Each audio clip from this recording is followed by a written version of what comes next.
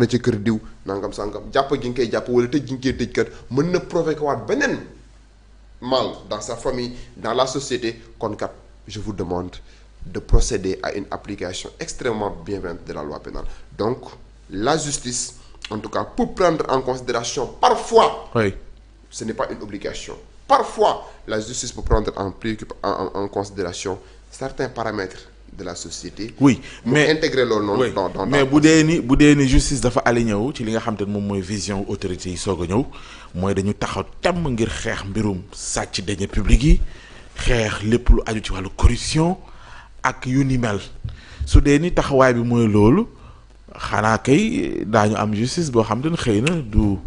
xam nga du maye dara ci wàllu woowu. xam nga sànq wax naa la Pa Ousmane ma ne la. man li ma gëm mooy tous ces dossiers.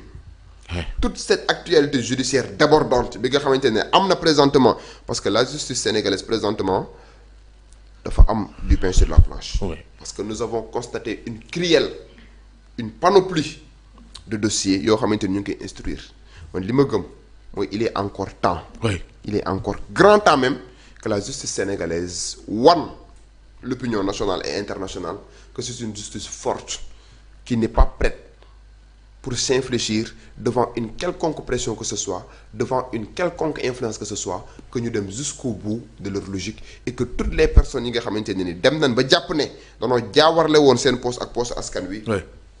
ñu teg leen ci yoon. ñu sanctionné leen comme ni ñuy sanctionné un citoyen lambda boo xam ne dafa commettre une infraction. kon da ngaa jàpp ni seen i jegeñaale yuuxu jamono ji di wax ni dañ leen bëgg a faagaagal ak dañ leen di bëgg a xañ léegi lii dafa teel ñu wax lu ni mel. il n'y a aucune connotation politique par rapport à tous les dossiers yi nga xam ne ñu ngi koy xam nga la moo tax Pa Ousmane pourquoi je dis que il n'y a aucune connotation politique par rapport à tous ces dossiers. yi nga xam ne maanaam daray politique taqeewu ci. xam nga la moo tax ma wax pour le justifier. xam nga procureur am na pouvoir d'autosaisine. xam nga procureur am na pouvoir d'autosaisine. waaw le parquet s'il estime la commission d'un certain nombre d'infractions bu ko neexee balaa kenn naa porter plainte wala balaa benn rapport di ko saisir. mu autosaisir pour connaître de cette affaire là. est-ce que depuis lors gis nga fi benn dossier boo xam ne parquet day autosaisir tous les dossiers yi nga xam ne présentement la justice sénégalaise mu ngi koy instruire c'est des dossiers yoo xamante ne soit c'est des personnes ñoom ñoo porter plainte wala des corps de contrôle ñoom ñoo jël ay rapports saisir la justice. comme que c'est des cours de contrôle ñoo jël ay rapport saisir la justice du ay nit ñoo porter plainte wala ay nit ñoo porter plainte donc mën nañoo am njort bu rafet ne la manière actuellement dont les procédures sont diligentées c'est légal et ne souffre d'aucune en tout cas influence politique et moi j'ai foi en tout cas en ce que je dis. Oui.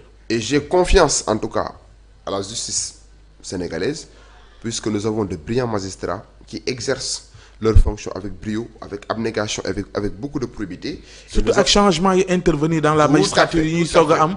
bokk na ci ñi nga xamante ne en tout cas bi ñu dégloo seen. voilà jaar ak tamit bon li nga xamante ne nit ñi gis nañ ko ci seenub liggéey. xam nga jàpp nañ ni. c'est des gens qui se caractérisent par leur indépendance et leur probité. xam nga Pa Ousmane. l'actuel procureur de la République. oui. il se caractérise Ndoye.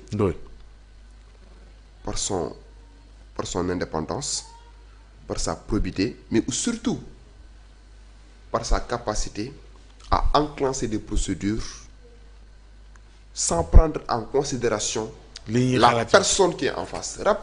Rappelez-vous que le procureur xam nga actuel procureur de la République du Sénégal est-ce que xam nga ne moom moo enclenché des poursuites contre Cheikh Béthio Thioune. waaye dañ koy tudd souvent cité. donc xamoon nan dayoo bi Cheikh Béthio Thioune amoon. ak influence bi mu amoon et pourtant il avait foncé dans ce dossier-là ñu dem ba devant la juridiction de jugement yàlla na ko yàlla yërëm.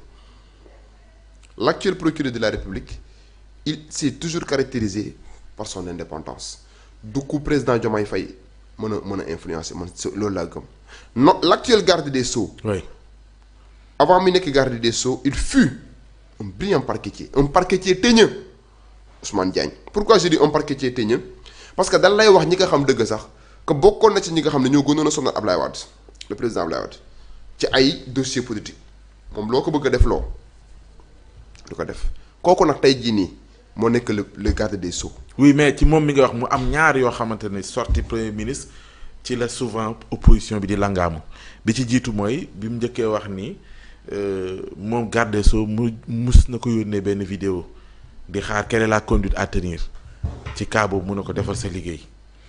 beneen bi mooy fi mu ne garde des Sceaux fonction politique la ñoo ko fa teg su ma neexee mën naa ko defal te da koy def en tant que parce que man maay jiitam ci ossature gouvernementale ñaar yooyu souvent opposition dañ koy téye. dinaa la surprendre. oui Ousmane Sonko bu ko neexee mu ne man garde des Sceaux lu ma ko wax ma def ko loolu lay def. mais waru ko wax. ma la comprendre. Ousmane Sonko bu ko neexee mu taxaw mu ne man garde des Sceaux lu ma ko wax loolu lay def mais waru ko wax comprendre de. c'est-à-dire Ousmane Sonko am na dayo bi mais warul wax loolu publiquement nga xam nga ne moo tax am na dayo bi. lu tax. garde des Sceaux kan moo ko fal. garde des Sceaux kan moo ko fal. président de la République. président de la République. mu bokk ci gouvernement bi. qui est son patron. premier ministre. premier ministre. au Sénégal qui poursuit. le procureur. le procureur il agit. kan mooy patron le procureur de la République kan mooy patron. parquet général. parquet général kan mooy patron. ministre de la justice. ministre de la justice kan mooy patron. le président de la République. oui wala le premier ministre président de la République. c'est-à-dire d'un point de vue organique et fonctionnel. Ousmane Sonko wax téere la mais Ousmane Sonko waru ko woon a wax. lu tax waru ko woon a wax. non xam nga la ba tax waru ko woon a wax parce que bu ko waxee mën na semer dans l'esprit du Sénégal si yenn Sénégalais yi comprendre règle bi ma la wax nii que voilà ñoom dañuy influencer justice bi alors que le parquet bokkul ak le siège le parquet est un corps hiérarchisé mais tey est-ce que Ousmane Sonko am na possibilité wax benn juge d'instruction defal même le président Bassirou Diomaye Faye n'a pas la possibilité aussi puissant soit-il de dire à un juge d'instruction defal wala à un juge bu war a juger parce que pas Ousmane le parquet du juge de loolu moo tax en procédure pénale ñuy wax ne tous les juges sont des magistrats mais tous les magistrats ne jugent pas. tous les juges sont des magistrats mais tous les magistrats ne jugent pas qui sont ces magistrats qui ne jugent pas ce sont les magistrats du parquet. moom mooy les procureurs ñoom leen rek la ñuy def. enclencher des poursuites déclencher l'action publique.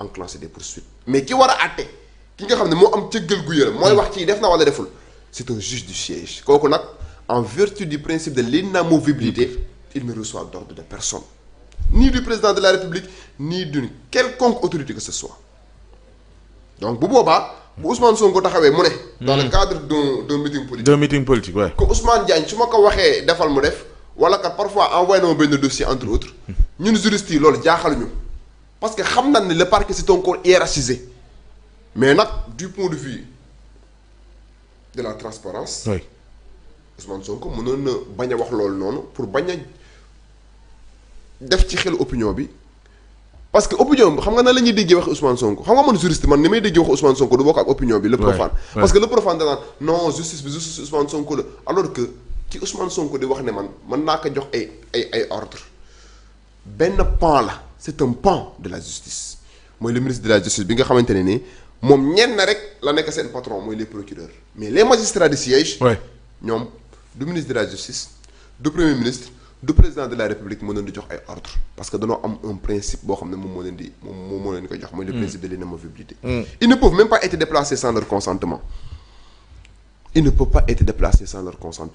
peut-être règle boobu am na exception parce que l'État avait tendance à invoquer la nécessité de service c'est ça parce que dan lay wax ñu ne un magistrat du siège pour que président de la République déplacé ko yóbbu ko ci région yi wala dara mënul nekk sans son consentement mais nag gars yi bu ñu mësaan a bëgg contourner